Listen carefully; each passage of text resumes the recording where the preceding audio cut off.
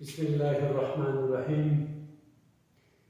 موږ تاسو د لسم ټولګي په تیر ساعت کې متحول او ثابت وویل، همدارنګه الجبري افاده مو وویله. الجبري افادې متعرف کړئ چې متحول د الجبري افادې د متحول او د ثابت اعدادو څخه تشکیل شوي جوړ شوي. تنها ثابت هم کېدلی شي، تنها متحول هم کېدلی شي، او د ثابت او متحول له ترکیب څخه هم جوړېدلی شوی.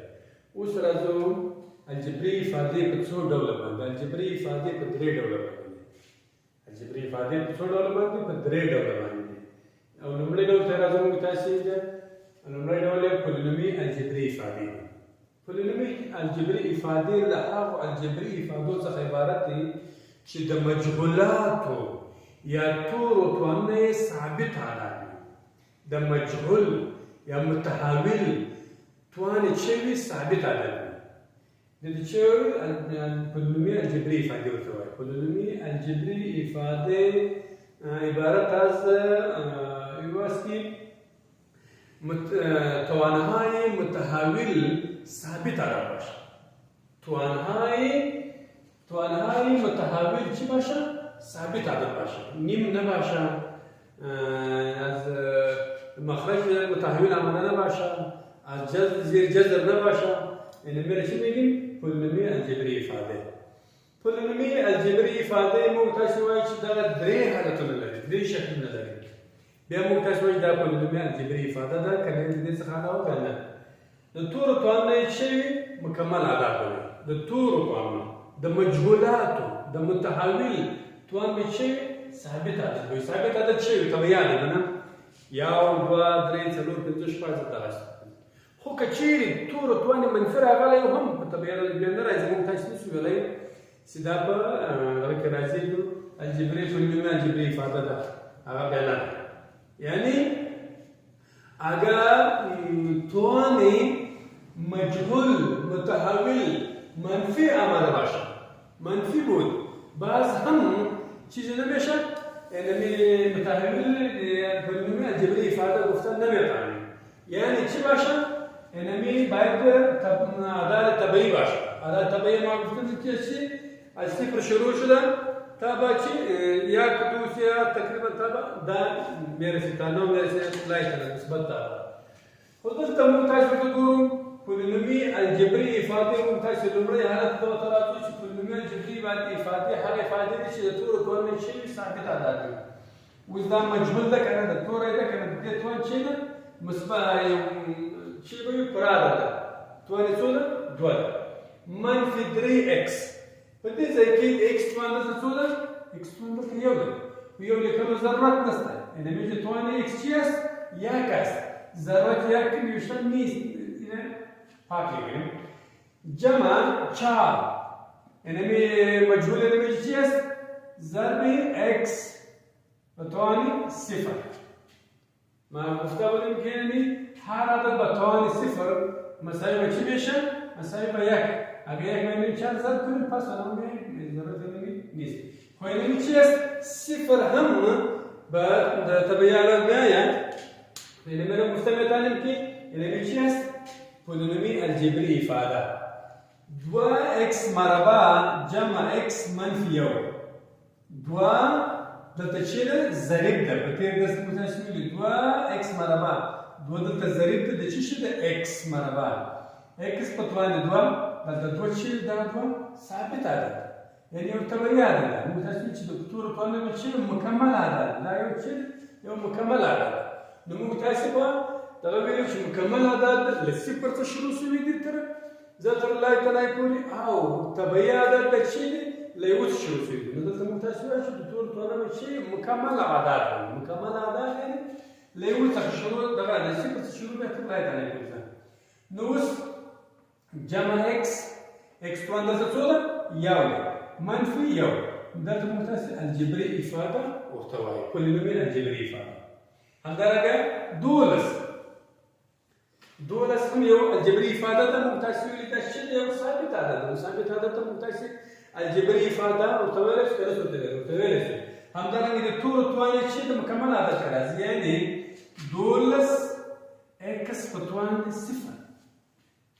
التور توان تشيل مجهول توان تشيل صفر نو صفر بمكمل على ذكراتي كان رازي هو رازي نو يعني بيرتشي نيجي دو ازدا ضرب اكس بتوان صفر يعني ميجي صفر از الجمله اعداد مكمل يعني مكمل اعداد الصفر شنو ميشن تابع مثبت لا يتنامي و طبيعي عدد شنو ميشن ازيك شنو ميشن هي صفر ده مكمل عدد لا يعني ما سو اللي انا مستمع ثاني 12 ضرب اكس بتوان صفر وانا بيش انا مستخدم اكس بتوان صفر يا هر عدد بتوان صفر مثلا بتشي بياك بيشن خليني بس ما مستمع ثاني كلمه چیست 12 هم پولینومی الجبری افاده است ات اكس هم چیه یو پولینومی الجبری افاده دو ولی ځکه چې د تور توان د مجهول توان د متحول توان چیه ثابت عدد مکمل عدد صحیح همدارنګه دوه خبره مختص شوه چې په مخرج کې متحول ونه لري اوس د دې مخرج څو ده مخرج د هر عدد نو مخرج یو ده هر عدد کې مخرجش نبود و مخرجش چیست مخرجش یک است و نمیشه یک نمیشه پس اگر به یک نمی اکس بتوان صفر بدم پس انا میشه صفر ده چی میشه مکمل عدد میشه و نمیره هم شو مثلا ثاني نمیره البولينوم الجبري افاده هذا نمی تريبوت که نمیشه میگه مثلا تنها اکس آمده بود باز نمیره چی گفته ثاني پولینومی الجبری افاده گفتن میتونه پولینومی الجبری جمله گفتن میتونه چرا که پولینوم متحول در کجا مونه در مخرج مونه ما یه گفته بودیم که متحول باید در مخرج نباشه در مخرج چی باید نباشه یعنی اکس در مخرج باید نباشه و این میره باز اگر نمیتونه بود باز این میره پولینومی الجبری افاده گفتن میتونه و اگر میره پاس کنیم این چی است الجبری افاده گفتن میتونه شوم متحول تجذر لاند نبي متحول مجهول تور ده بتشيك جذر لاند بنبي وش كثير مو تاش بتقولون 2x ترمربع جذر لاند ضرب x ده تمتاز الجبري افاده يا بولينومي الجبري افاده وتوالف ولكن ذكي شيء ده مجهول تجذر لاند ده مجهول جدا والدو ترجذر لنا جداد ده ضرب حالته ده تشيل الضرب ده ضرب ها جداد ده جداد يعني ده داس اللي كان سوى ده شيء دو ترجذر لنا اكس نفاصله غير ده ها جداد ده جداد تشيل ضرب انه تنها ضرب ترجذر لنا پروا نکړي مو تاسو خبره کوشش کوم چې تور يعني مجهول بعد تشيل جذر لنا ده متحول ترجذر لنا يعني متحول زیر جذر نباشه متحول زیر جذر نباشه متحول لمخرج نامده باشه لمخرج نباشه و توانهای متحول چی باشه اعداد مکمل باشه یعنی میشه قوانین سلیمه ما تطبیق میکنیم در هر جای که بود بس سلیمه قوانین سلیمه ما شما پیش از این اصول و قوانین پیش میریم و یعنی ما شما چی گفته میتونیم یعنی پولینومی الجبری افاده است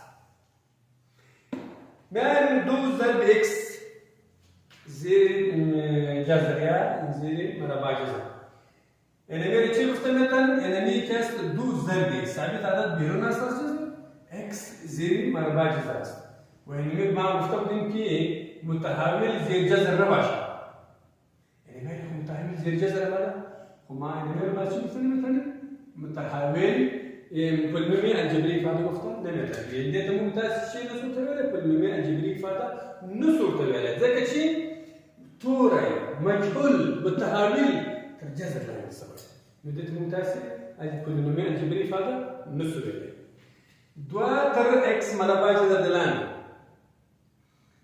ثابت هذا صورة كراغلة مخرج ده شيء راغلة متحول راغلة انه اكس مربع ممتاز تبيله وش مخرج متحول بعد ونلر ده متحول راغلة نو وس ده خبره ممتازه ده وس بولينومي الجبري افاده كدايس كبس يعني بولينومي الجبري افاده ماشي يعني ماشي است يعني يعني مره ماش ما سيكونم چرا انمي را ما گفتنم تاني پولینومی الجبری ifade چیه که انمي مجهول متحول انمي ده چیه ماده؟ مخرج ما گفتم که مخرج باید متحول نباشه. فانمي را ما شما چی گفتنم تاني پولینومی الجبری ifade گفتن نمیشه. x پتوانده یوی پتوا x پتوانده یوی پتوا دلته بیا موږ تاسو ویلو چې د تورو توانده باید مکمل اعداد شي و نیم نس کېدلی له صفر شروع کړه یو دوه درې څلور پنځه تر لای تنه چې څومره پر تلای شي زه هغه موږ تاسو مکمل اعداد ویلو. اوس دا یو په دوه چې دی نیم ده نو نیم په دغه کې نه راځي په پوره اعداد مکمل اعداد کې سره ځای نو x پتوانده یوی پتوا دا هم په پولینومي الجبري ifade نه ده دلته موږ تاسو وایي دا پولینومي الجبري ifade نه ده. شپږ شپېته دا پولینومي الجبري ifade ده که نه ده. دلته که موږ تاسو ته وګورو د دې سره توري یا مجهول یا متحول شته هو شته خو هغه څه ده موږ تاسو ته وګورو چې هغه ده ضرب x پتوانده صفر ده.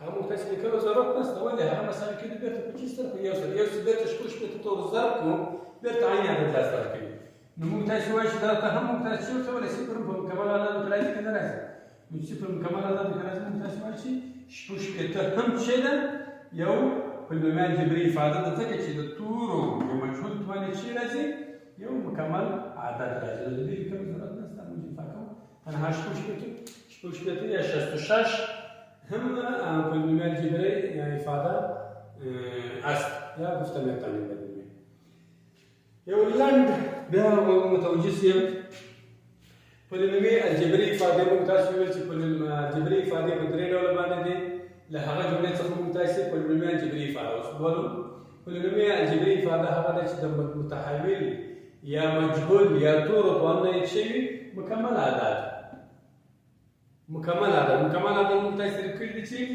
مکمل اعداد له صفر څخه شروع بیا تر لای ته نه او طبیعي اعداد له څه څخه شروع له یو څخه شروع بیا تر لای ته نه کوي. نو اوس دلته ګورئ دوه یو دلته هم څه ده صفر نو دا په څه شکل راځي په پولینومي الجبري ifade کې راځي. نو موږ تاسو لنډ وایو چې هر هغه عدد یا هغه جمله چې د تورو توانې یا متحول توانې ثابت عدد یا مثلا مکمل عدد متجد تواشي الجبري پولینومي الجبري ifade ده. نو دا درې اصول دا درې قوانین باید مراعات شي.